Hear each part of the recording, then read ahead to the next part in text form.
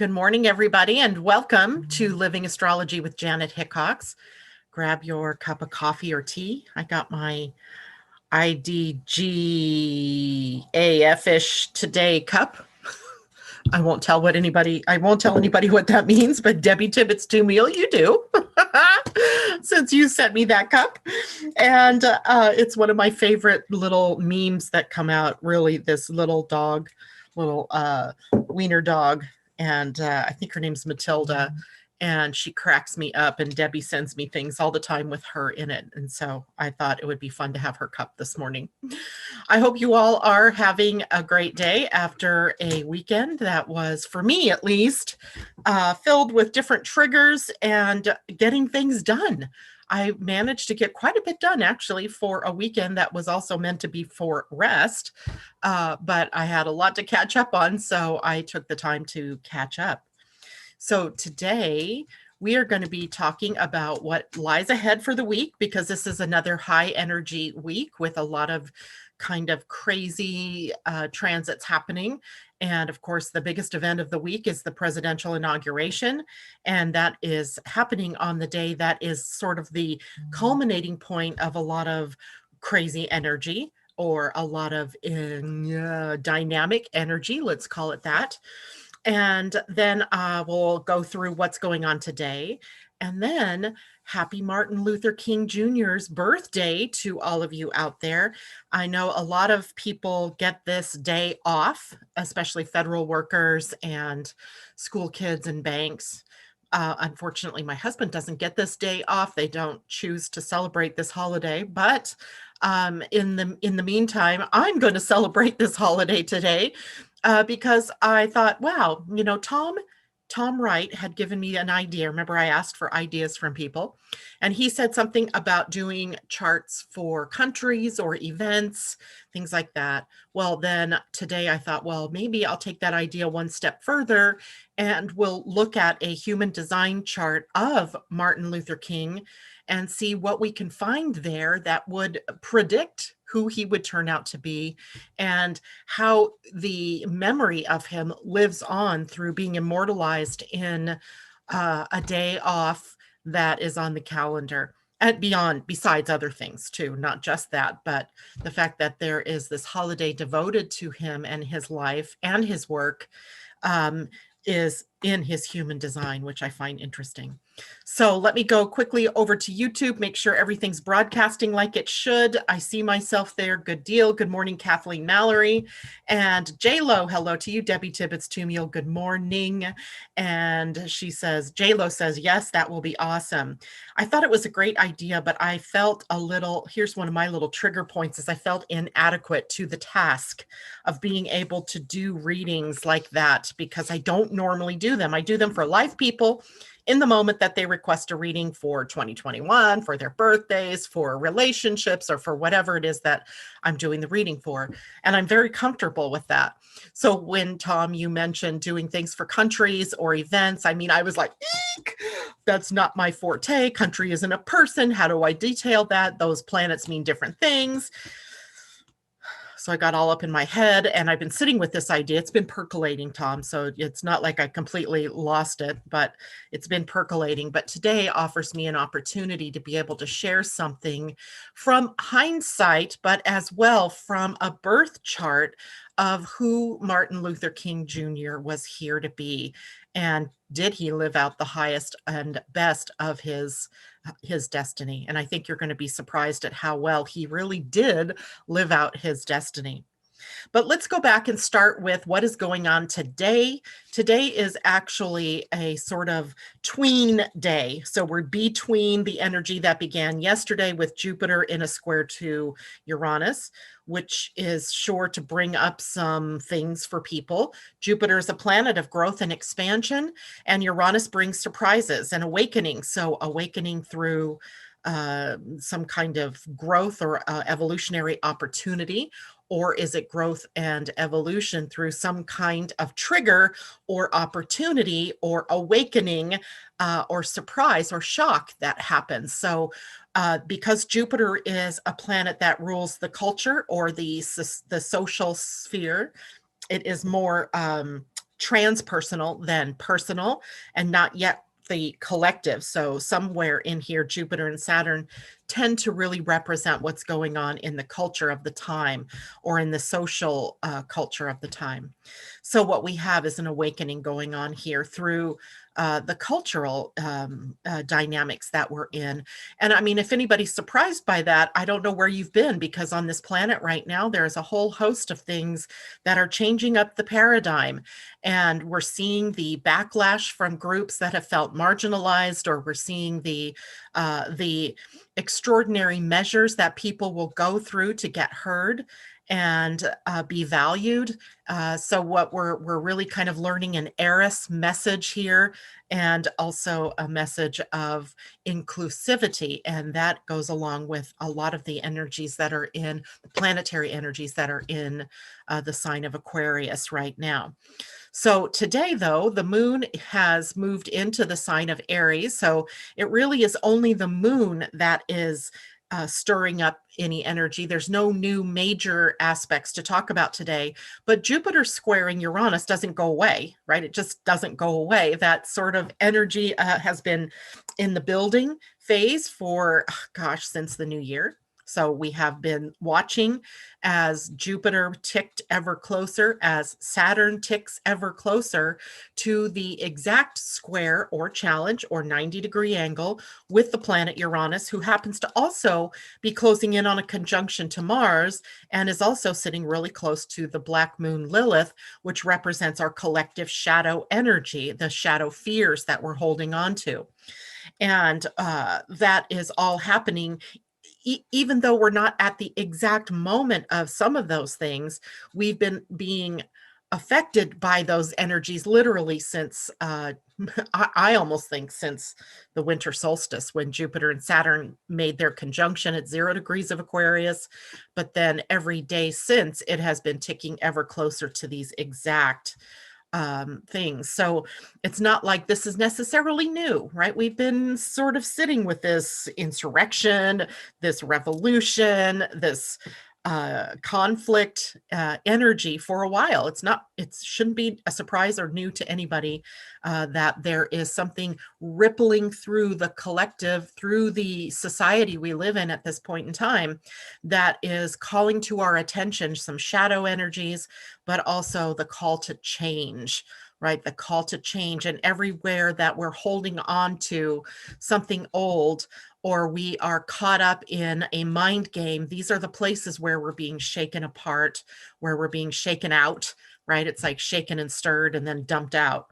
So today with the moon in Aries, it'll be the moon that's doing the shaking and the changing, as in Aries. This is feminine energy, the moon feminine, the sign of Aries masculine, and its ruling planet Mars also taking a very center stage right now in the dynamics that we're living through. But today's energy is really good for gaining momentum in a project that maybe you've been working on, gaining momentum in your own learning or in your own evolution. But to what end? That's the question that I had to ask myself this morning as I looked at that. What I'm looking at is a sextile to Saturn and Jupiter from the moon today. Sextile is an ease and a flow of energies coming together, where the talents, the gifts, the skills of the two planets in relationship to the moon work really well. So while that's good energy for gaining momentum in our personal lives, perhaps, these are societal planets. They're not personal planets. So while the moon is personal, Saturn and Jupiter are not. So what dynamic is gaining momentum in the dynamic of our culture, or in society at large at this point? Remember, Jupiter tends to magnify and make things bigger. Saturn tends to contract, but also limit. So there's a possibility that there's some, real big changes in the offing, or some big events in the offing, and we know that there are. But also Saturn acting as a bit of a limiter here, who is sure to bring down the karmic scythe should we choose to do things that are not in keeping with peace and love and compassion, but also freedom and moving forward, the spirit of moving the dynamic of our world forward. So the moon in Aries brings us new beginnings, or the possibility of blazing new trails and moving in new directions. It is initiating energy, and any planets in Aries tend to initiate something. As Mars spent 6 months in the sign of Aries from June until just recently, like last week, um, we've seen a very long-term transit of triggers and catalyzers and things that lit the fuse of something, the match that lit the fuse, right? And that is initiating action. And it is also a sign, Aries is, of self-focus. So it's about the physical body and what we do with our physical body, the instincts for survival. And it is also a sign that is downright assertive, if not aggressive. So we have to watch for those tendencies to push, to force, and to create conflict, and to do that in an aggressive way. And that's happening with everybody. Even within yourself, you may be feeling some of those energies, but certainly those people in the outer world who don't pay a whit of attention to astrology will also be at the feeling of that energy, and hopefully choose to not use it in impulsive and radical ways, but choose to use them in ways that are important for the dynamic, but not creating as much chaos. We shall see. As also in the sign of Aries, there's immaturity.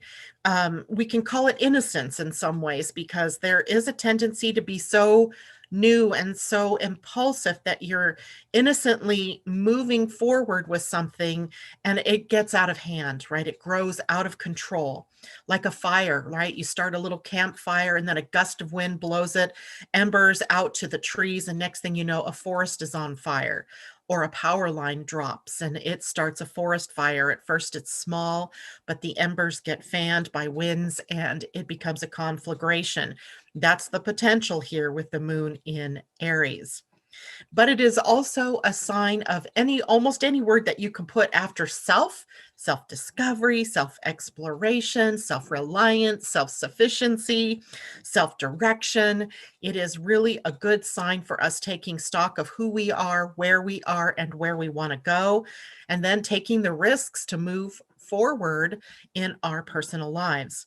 It is a sign of independence as well, where we are meant to learn the lessons of how to stand on our own 2 feet, but learning to stand on our own 2 feet at this point is also being taught in interdependence through Chiron's presence in Aries, and also the preponderance of planets right now moving into Aquarius, which understands that principle very deeply, this thought of interdependence, how one strengthens another or one can weaken another. So we have a lot of interacting energies here that are hopefully helping us to see the light, that we are all on this planet together, and whatever one does affects the other, and that as we are interdependent, we have to have mutual goals that move us in a good direction. So while this sign is about independence, it is teaching us how we are also interdependent and releasing us, hopefully, from codependence, which would be the other end of the sign, right? So Aries opposite sign is Libra. So that is one of the challenges through Libra, is codependence. This is also a sign that likes autonomy, likes to be their own boss, and likes to move in their own direction, free of encumbrances. That sort of resonates in Aquarius energy as well. So we have some energies there that are matching, helping us to move along in a free way. There's also the warrior nature here. This is a sign that is ruled by Mars, the god of war. And the god of war is being highly activated as we move on into the week. He's been activated for a while. He's actually coming to his culmination point of activation. And then he will, as time goes on, move more quietly into other parts, other signs, helping us to carry out some of these very big energies of change into other parts of our lives. But for the meantime, that warrior nature embodies courage and leadership and strength and boldness, being able to move forward in bold new ways. But I would say healthy new ways and not in revolutionary, hurtful, explosive ways, right? We have to balance those crazy, impulsive type of energies with boldness, being, having the courage to move in a new direction. The negative side, we always have to deal with the more negative side, because it is, the spectrum through which we express ourselves. And the more negative side of Aries energy with the moon in Aries is triggering selfishness or vanity or anger or impatience, where we felt we've been stuck, right? We may just break with tradition. We may just break with our better senses, our instincts, and do things in unpredictable sort of ways. In the body specifically, Aries rules the eyes, the head, the face, the scalp, the brain, and is somewhat indicated in headaches, dizziness, migraines, that type of thing. So if you're out there and you're starting to experience that, the moon is in Aries, and it might be a call for you to cool down, right? To maybe get outside and ground yourself. I'm looking at an almost sunrise. That's kind of fun. And, put your feet in the dirt, put your feet on the ground, do some meditation, things like that. So Aries energy being the one that's a trigger sort of energy. Luckily, we don't have Pluto. Well, we do have Pluto there, but we are being squared there from Capricorn, but we no longer have Saturn and Jupiter and Pallas Athena that create a very heavy square when the moon moves through there. So while I think there's tempered movement forward, right? Tempered forward momentum, which I think is a good thing right now. So the moon is in Aries all the way through. I meant to look at that all the way through 10:57 a.m. my time on Wednesday, the date of the inauguration, which means that is actually 1:57 p.m. So the moon will be in the closing degrees of Aries during the inauguration. And those closing degrees have been the most volatile degrees over time, especially through 2020, even into 2021. So it adds that volatility to Wednesday, so the moon being placed there. And then transiting over from Aries into Taurus in the early degrees of Taurus, which is going to trigger Uranus, and Saturn and Jupiter. So it's going to be an interesting day on the 20th. But let's look ahead at the week. First of all, let me go see if I have questions there. Asa, are you out there this morning? I didn't get a chance to text you this morning. She is out there. Good morning, Mimi. And Debbie says intention is everything. And thank you, Debbie. And Kathleen, Mallory, I'm not sure. Oh, 3 thumbs up. Thumbs up. Thank you. If you are enjoying the video, please hit the thumbs up button. That's a good thing there. J-Lo says, I have my friendly Chiron there. Have made peace with that and now understand why it is there. It is. And Elise, good morning. Elisa, good morning.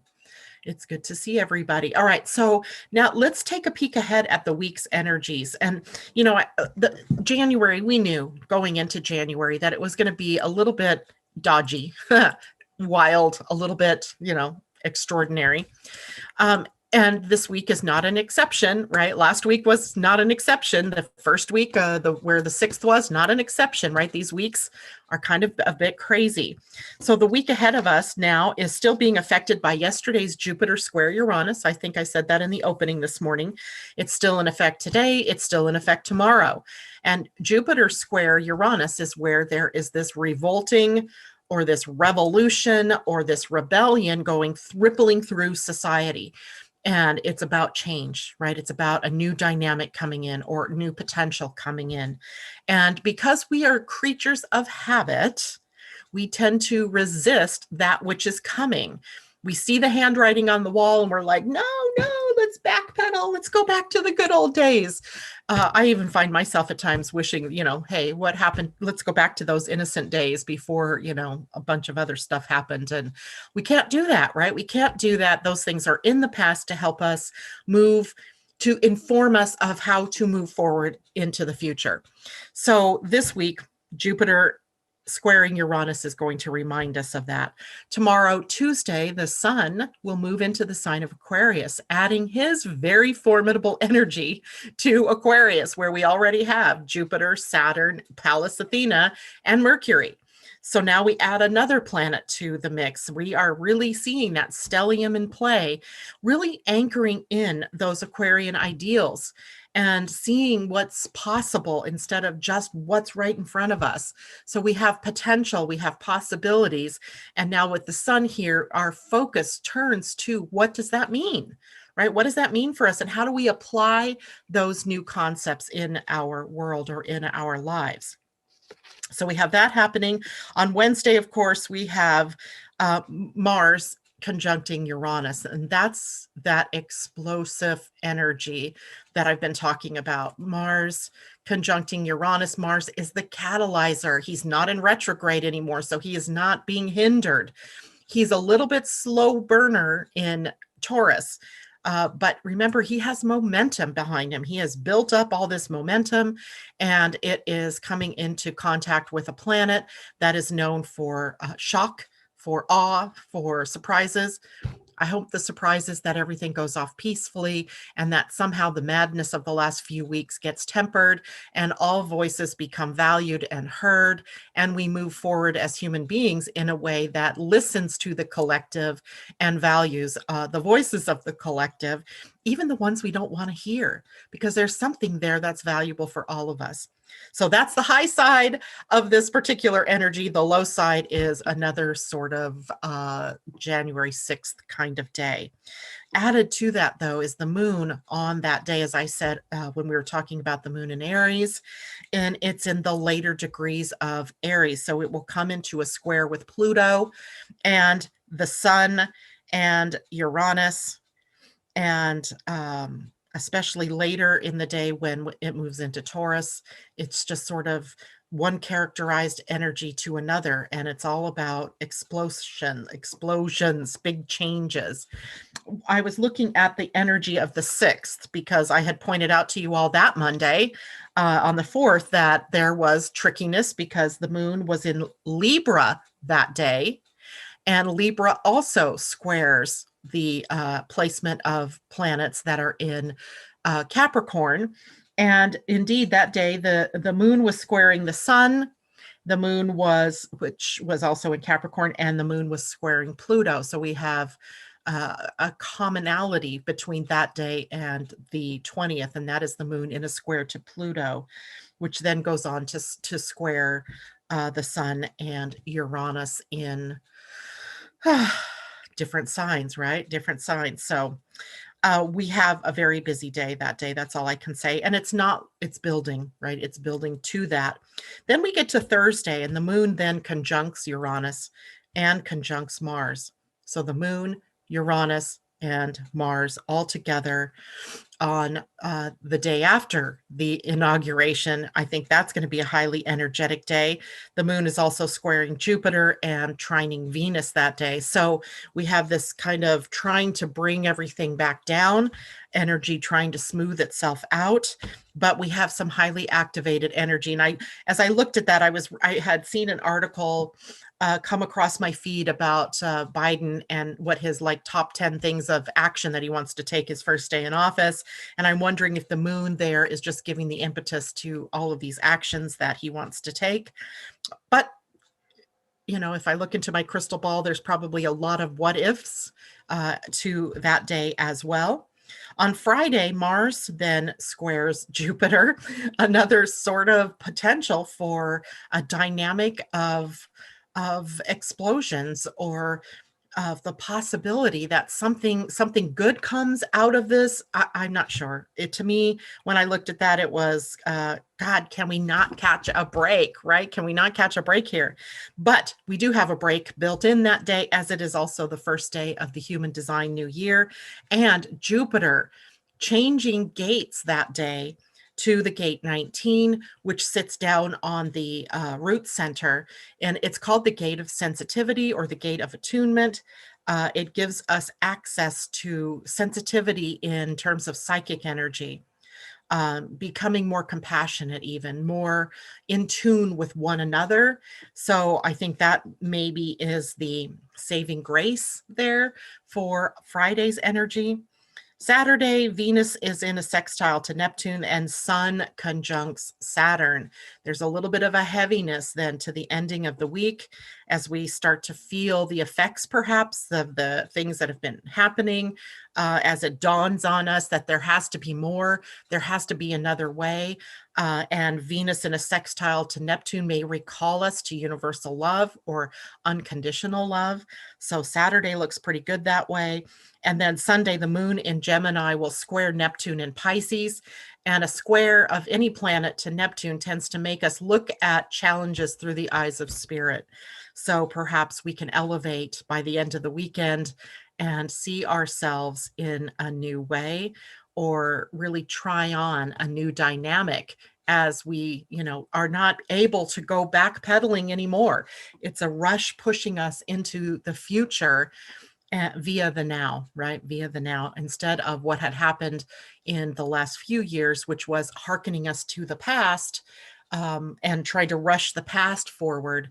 Now we're trying to be pushed into the future, but we're still a little bit lagging in that way, but probably not for much longer. Questions, comments. I'm heading over here to see what everybody's thinking. Mimi, move into the new normal. Indeed.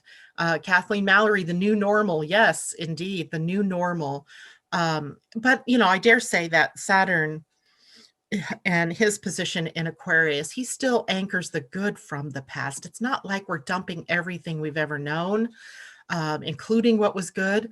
It's not that at all. It's that I think we really see that if we don't make some key choices now, if we keep getting caught up in this discord and this conspiracies and the ideas that, people are divided and all of that, if we keep getting caught up into that, it's like wearing a noose around your neck and you're just waiting, you're, dog paddling in the water, trying to hold yourself up. Eventually you're going to get tired. Eventually that's going to fail and you're going to drown. So instead of treading water at this point in time, waiting for the old to come back, we have to really make some key decisions about how do we step fully into the future. And that's happening on every level that you can imagine, interpersonally, in the governments, in every system that you can think of, in our idea of a globe, in global weather patterns, in how we agriculture and how we grow food, and you name it, right? How we take in the energies from one another, and what do we do with those energies? Do we become more response able, right, instead of reactive, which right now is a place that we have been struggling mightily with, right? That idea of reaction. You say something, I react. And yet if I had waited and just thought this through and breathed through it, then that email that I was going to send that was ugly doesn't get sent, right? I can change that energy. Those words that I wanted to say don't get said because I'm tempering them. I'm breathing through them. Those actions that I wanted to take that were seemingly revengeful or ugly don't get taken because I'm breathing, right? I'm breathing and then responding instead of doing it from the old way. So lots of cool stuff here for us if we respond, not react, right? React. Okay. Okay, questions, if you have them, Asa will get them to me, because now I'm going to go back to Zoom here and I'm going to share my screen of Dr. Martin Luther King's chart, which his human design chart. We'll do a little bit of his astrology as well. But that one, I'm being a blonde here. Okay, share the screen, Janet. Okay, there we go. His astrology isn't as accurate because we don't have an accurate birth time. So a lot of what we do is assuming, and that means the moon, which is a big trigger in events in one's life, is not as accurate. It could be 6 degrees, either way. And so human design is much more forgiving when we get to the idea of a chart. So I thought human design might be a good way for us to look at Dr. King's chart. So first off, in human design, when we are doing a reading for a person, we step back. And by the way, somebody asked me the question, did I answer this already? Someone asked me the question if countries have human designs. My first thought was, well, no, because these are about live animals and people that have energies. But there's a sort of consciousness in a country or a consciousness in a continent or a planet. And so perhaps there is. And indeed, it turns out that America, United States of America, is a 1-3 profile. So if it has a profile, it must have a human design. So I'll be looking that up as well, because I think that might be interesting for us to look at some point. But for right now, the first thing that we do when we look at a human design chart is we kind of get a feel, like we look around the chart and we look at all the different qualities of the chart. So general look here, I see this Dr. King was a manifesting generator. He's carrying the archetype of manifesting generator, right? Gate 34 on the sacral, right up to the throat center. So he is a powerhouse in response to something that is showing up in his world. So when he's in response to something, in other words, not generating something from inside, but when something outside matches what he's been thinking about, then he is very powerfully able to take it and enact it. So he was a powerhouse. We already have that right here, right? Then the next thing I take a look at is where is his authority? His authority would be shown through a center that is defined, either the emotional center, the sacral center, the spleen, and in some cases the ego or the heart center or the identity center. But those are all open for him. So the defined centers that are here are the sacral and the spleen. And I would bet he has splenic generated authority. That means he is instinctive and intuitive in the moment. When there is something for him to respond to, or when there was something for him to respond to, he instinctively knew what to do, whether to do it, and who to do that with, where to do that, etc. As long as he was in trust of his instincts and trusting or surrendering to his higher power or to a higher power, he would find himself in the right place, right time, right people, for the right experiences. Now, the other thing I would look at is, at first, I would look at the lines that the sun and the earth are in. He would be a 5-1 profile. The 5-1 profile is a visionary leader with resources, right? A visionary leader, karmic mirror, right? The fifth line profile always plays the role of the karmic mirror, which serves to show the highest possible to the collective, and also the most ugliness to the collective. So the karmic mirror is about us projecting outward onto the fifth line leader our problems, or blaming him or shaming him or making him the responsible party. But he stands as the karmic mirror, showing us where we were out of alignment with our own principles of, say, equality, right?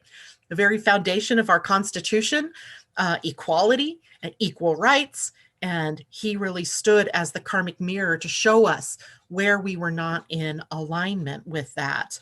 So his profile already set him up as a visionary leader with the resources, the information, the ideas, the possibilities that he would be able to show us something very profound about our humanity, or about our values, about what it is that we were doing in our country.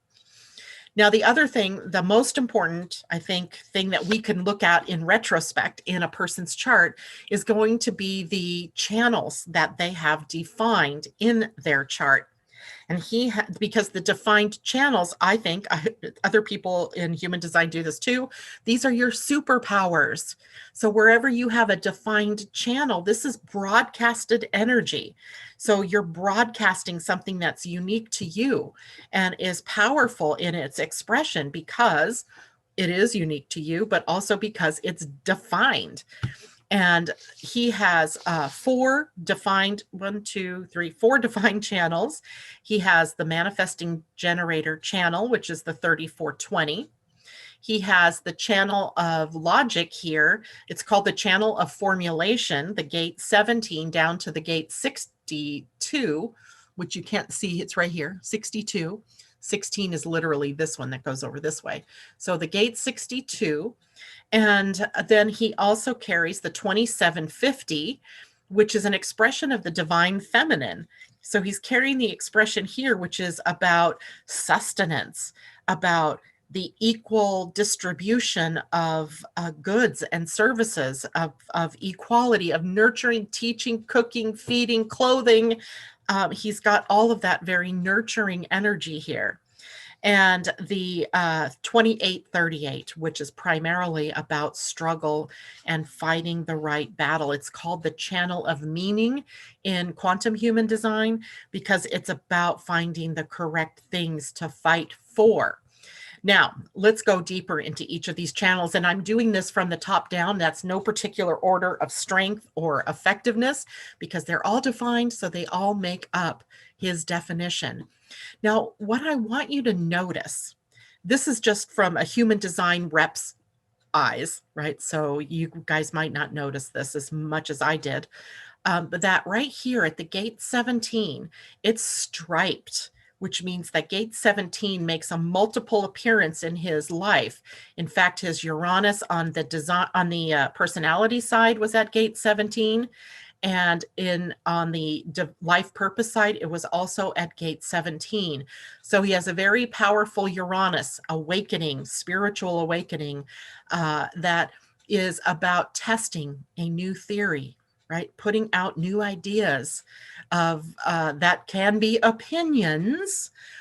But as you can see, because it connects here, he was a very learned man. I mean, he was probably brilliant in his own way, in the information that he had at his fingertips and the detailed way that he could speak to a subject.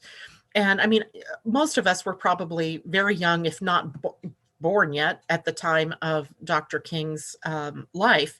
And I mean, I barely remember anything about his life from that time. I mean, I think I was 3 years old or so, 4 years old maybe, when he passed away, when he was killed. And so I don't remember from school, being taught much about what was going on here.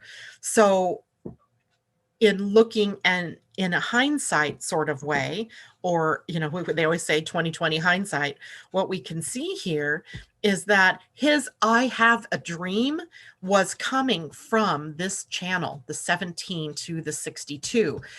His gate 62 was actually his Earth. Right? Earth was sitting there in his chart. So it was grounding in these new ideas, these new possibilities. And he wanted to test the waters. He was pushing us to get beyond where we had been. And he was able to gather the details and the information and to use words in a way to explore the idea or the dream. What if we had a world of equality? What if I woke up tomorrow in an America where all people had equal rights and equal opportunities and liberty, such as the Constitution was written for? So the idea, I have a dream, was really the beginning of an experiment. And the 1760, I'm getting chills all over me as I talk about this. I think I'm channeling him here. This was an experiment in equality, and actually walking our talk and living from our stated values. And so that came from the 1762 that was in his chart. Now, if we go down the line to the 3420, here's the next aha that I had. The next 3 channels are all on the design side of his human design, which is not his sole purpose, but his life purpose. So his life purpose was encoded in very powerful channels. And so what we could say is, in retrospect especially, is that he was living his life purpose, right? He was on purpose. And even in the living and in the work that he did and in his dying, he lived out his life purpose. So feel good that he wasn't cut short in his life, even though he was technically, but he lived out his life purpose and he passed the torch on to the people that came after him. So let's look at the 3420, which is a very highly activated channel in his chart. It is called the gate, or the channel, excuse me, of responsive power. This is where he would need to trust that the opportunities to lead would present themselves to him, and in the right timing with the right people.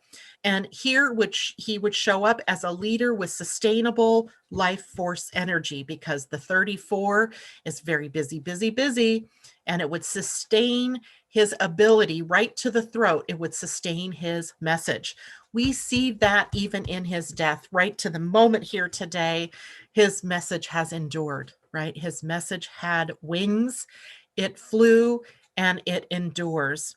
And that is sustainable life force energy in action, even though the body of this individual has, long since left the planet. So we have sustainable energy that he would be able to use for opportunities that presented themselves to him, to use his voice, because he has a defined throat center, in very powerful ways as a leader. And Asem, are you giving me messages? Yes, she's getting chills too. I love it. Okay, so then as we look at the next channel, the 5027, this is a channel of sustenance, as I said. It is the feminine tribal energy. Tribal energy as a circuit in human design has a theme, and its theme is love. Very much about love, enduring love, finding love, expressing love. And love is expressed through the feminine energy as well as through the masculine energy here in this particular circuitry.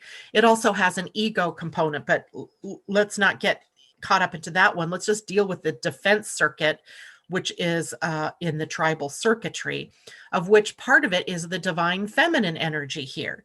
And the divine feminine energy, the theme is love through nurturing, through educating, through feeding, through clothing, through sharing values, reminding people of values, reminding people that where values aren't shared equally, you are not in an equal society. And so the energy here recalls the feminine that wants to make sure everybody in the tribe, in the company, or in the community, in the country, on the planet, is cared for, that has everything that they need, including the educational opportunities to succeed. And this is aura busting energy, because the tribal circuitry here is aura busting. It busts through. Like, there is no way this man could not have come forward with this message, because his aura would have busted through, right? That people that have the tribal circuitry in a profound way, and he does, especially here in that one particular channel, pushes us to recognize where we are out of alignment with the feminine values here of nurturing and taking care of and making sure there's equal opportunities. So there's no way that his message could have been anything other, because this is so profoundly activated in his chart. What's at gate 50 for him is the sun, his life purpose sun. And at gate 27 is his life purpose Jupiter, in the 5th line profile, no less, which means he would be sharing it with the collective as a visionary leader. So he's living out, I'm getting chills again, living out his purpose. And his purpose was divinely feminine, in reminding us of the values that nurture not only a group of people, but nurture a living, breathing community, planet, country, etc., etc. Now, another interesting thing to note is he also had the hanging gate 59. The gate 59 is the gate of sex. Literally, it is sexuality here. And he had Neptune sitting there. And in a hanging gate, that means that it would only play out through the energy of intimacy at gate 6. But this is also a gate of intimacy that can turn to war, that can turn to battles, that can turn that masculine air that he had into a battle with certain people. So I would say that, in some cases, perhaps people out there carrying the very aura busting gate 6 were responsible for for bringing his downfall. And that could have happened in many different ways through sexual liaisons that were possible. I don't know his history around that, but it could also be with triggering the wrong people, the masculine that then would set about to try to bring him down. But that's a hanging gate that would only play out with other people. That's just kind of an aside. But literally almost the entire circuitry of defense Dr. King had. And so his primary message was the higher ordinary or higher extraordinary energy of love and all that it can bring. The last channel that he has defined here is the 2838. Many of you have this, especially those of you who are born in the 80s and the early 90s, as Neptune and Uranus and Pluto were defining those gates at alternate times through that period. The 2838 is called the channel of meaning.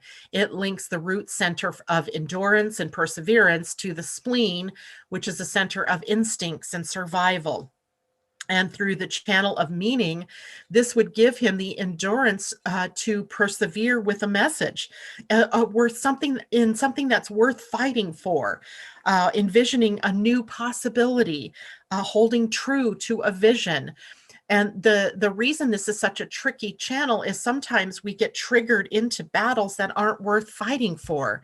But apparently he was enduring with an idea whose time had come and it was worth fighting for.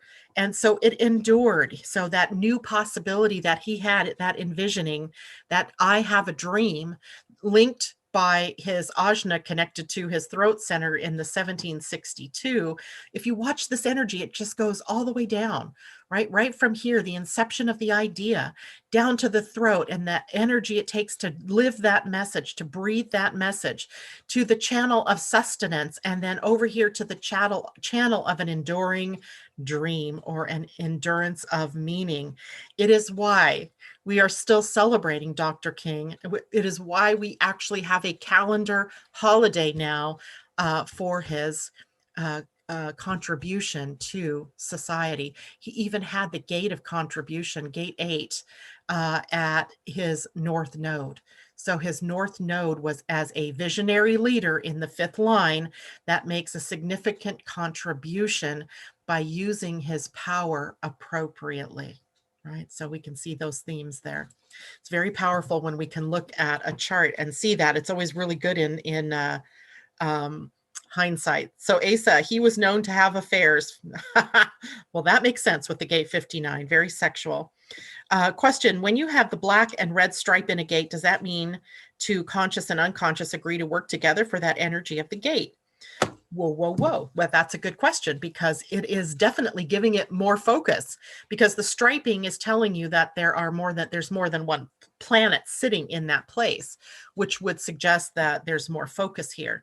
So yes, that would be the conscious and the unconscious both working, hopefully together for the good, but sometimes maybe one or the other being more dominant, likely the unconscious, until we choose to rise to the level of the consciousness. That was a great question, whoever asked that question. And if you asked that question, Asa, good question. Ursula, good morning. I forgot it was Monday. How did you forget it was Monday?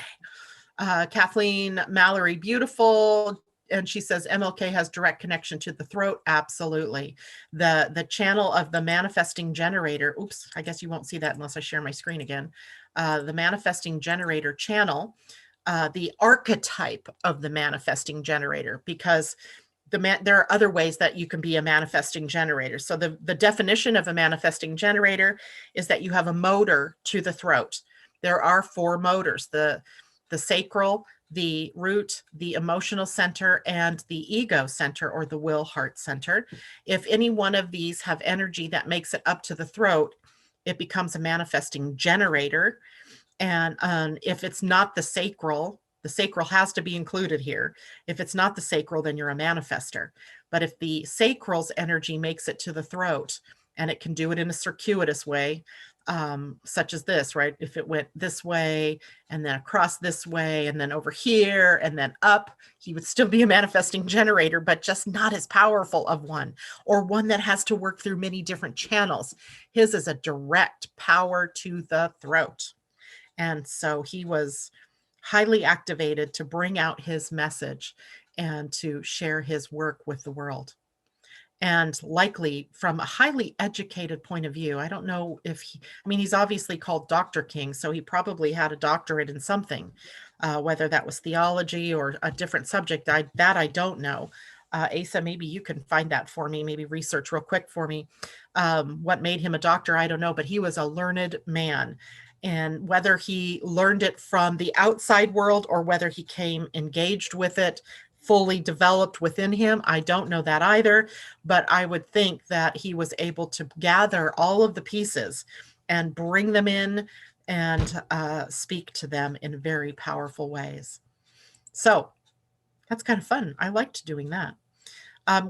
Let's speak to his astrology a little bit, because I saw a chart of his, but I didn't like the way it looked and I didn't have time to make my own up. So you don't need to see it anyway. There's a couple of themes that I wanted to, that jumped out at me in the astrology chart. And one, the very biggest one, was his Chiron, which is always the wound, right? That he's carrying invisibly, because the planet Chiron had not been discovered during his life and his times, right? Chiron didn't really bust into our awareness until 1977 to 78, when it was discovered, and we started to be able to work through the wound. It occurred to us that there was some wound we were carrying, and his wound was a social wound. His wound was connected to Jupiter in the unconscious now, because Chiron hasn't been discovered yet. And to me, that's sort of like he carried a social burden. He carried the burden of his ancestry. So when he was speaking through the voices of many people through many times, through many years, and the pain of those people, right? He wasn't just speaking to and carrying the current way that the Black Americans were being treated, or Black people in general, African Americans in general. He was carrying and speaking to the burden of all of the experiences of the Black people through slavery, through the Civil War, through Reconstruction, and that never really brought them into equality. Maybe paid lip service to it, but he was speaking very powerfully from an ancestry, that a wound that was being carried in an ancestral sort of way. His moon, and like I said earlier, it was at 19 degrees Pisces, but it could have been 6 degrees before that or 6 degrees after that. So I'm pretty confident that no matter what, his moon would have been in Pisces. The degree is not, sure, but the fact is he had a moon in Pisces, which speaks to love and compassion. And it's not just like, I love you. It is more universal love, right? It's the bigger love in Pisces. It reminds us that Neptune is the ruler here. Unconditional love of a universal type, unity, brotherhood, oneness. There's a theme going through here in his astrology chart that was also something that we saw mirrored in his tribal circuitry of his human design chart. And his Saturn. Now, Saturn in an astrology chart shows you where it is that you need to capture authority, where your worldly self is here, where you have to come in and focus your energy on what it is that would make you authoritative. And that's a tricky, slippery slope kind of word, because authority, I don't mean that it's authoritative like a dictator type of ship. It is the power that one has to capture their voice, to be their true selves, to live in integrity. And Dr. King's Saturn was in Sagittarius. So it is encapsulating a belief system and upsetting, freeing. Freedom is a theme in Sagittarius. So he was fighting an old paradigm, or a paradigm that was supposedly shifted, but was it really? And so he was seeking freedom here, and not just freedom for himself, but freedom for all people. And any place that there would have been people that were downtrodden, or people who were marginalized. I should have looked at where his Eris was. But again, Eris wouldn't have been discovered at that point either. So anyway, he was questioning and fighting an old system and daring to say what needed to be said in honest, blunt terms that would seem to give him an air of authority that some others might have wanted to bring down. And likely that, that's part of, what it played. There's a self-righteousness here that he made, that not that he was self-righteous. That's not what I mean at all. But if you are encapsulating self-righteousness, then the karmic mirror would be to show other people where they had been overly self-righteous. So that would have been that karmic mirror. He was showing others. He was showing America. He was showing white America in specific. And he was also showing Black America that you have to take back your own power. You have to rise to this as well as the righteousness of being white in a country that supposedly was free and had equal rights. So no matter what your skin color was, no matter what your religion, no matter what your political beliefs, right? Everyone was supposed to be equal and had equal rights. So he embodied so much in just his astrology, and it's pretty amazing. He was a doctor of theology. That's what I kind of thought. Thanks, Asa, for looking that up. He also had a BA in divinity. So there you have it, right? He was a doctor of theology, of thought, spiritual thought. So he was a spiritualist at heart, whether that's through religion or his other beliefs, didn't really matter, because he really spoke to that part of all of us that resonates with those same key elements, right? Freedom, equality, love, unconditional love. So a great man, to be sure, but a man, right? So he also had his more challenging side, as we all do. But what we remember of him, what is enduring from him, is the message that he carried to us all, right? I have a dream. Okay, questions or comments? What time do we have here? Almost 9 o'clock. I need to get moving on here. Let's see if we can pull a card for the collective for the week. I'm going to pull a spirit animal. I feel like we need an animal guide.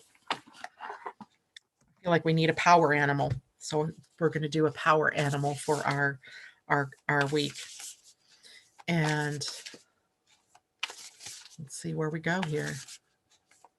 This deck wants, yeah. So this one pulled Elephant Spirit, and it was upside down. But get this, learn from the past. Elephant Spirit, card number 25, which is a 7. And that's a very high spiritual number. Elephant Spirit in protection, though. Learn from the past. So let's see what that means. Elephant. So, protection message. Are you feeling uncomfortable with a tradition, custom, or familiar behavior that no longer fits who you are? Do you wish the past could be erased so it could no longer cause you a moment's pain? Elephant Spirit is here to encourage you to write a different story and alter the traditions in ways that acknowledge that we all evolve, for transformation is our nature. Elephant Spirit calls you to not be selective in your memory, because ignoring the good or the bad will prevent you from growing your wisdom and strength. Build on the best of the past, learn from the worst, and walk into the future with dignity, accompanied by Elephant Spirit, who remembers the truth and honors your strength and wisdom. Well, I do believe that's sort of the message I started out the broadcast with today. So there we have it. Learn from the past, Elephant Spirit. Isn't she beautiful? I love it. All right. That is it for me this morning. I hope you all have a wonderful week. Don't forget, you are also empowered to keep your thoughts and your mind focused on what's possible, beautiful, positive in this world. That, in a way, helps to alleviate or mitigate some of that more negative, rebellious energy that is also out there. So pray peace, pray love, pray joy. See you all on Friday. Bye for now.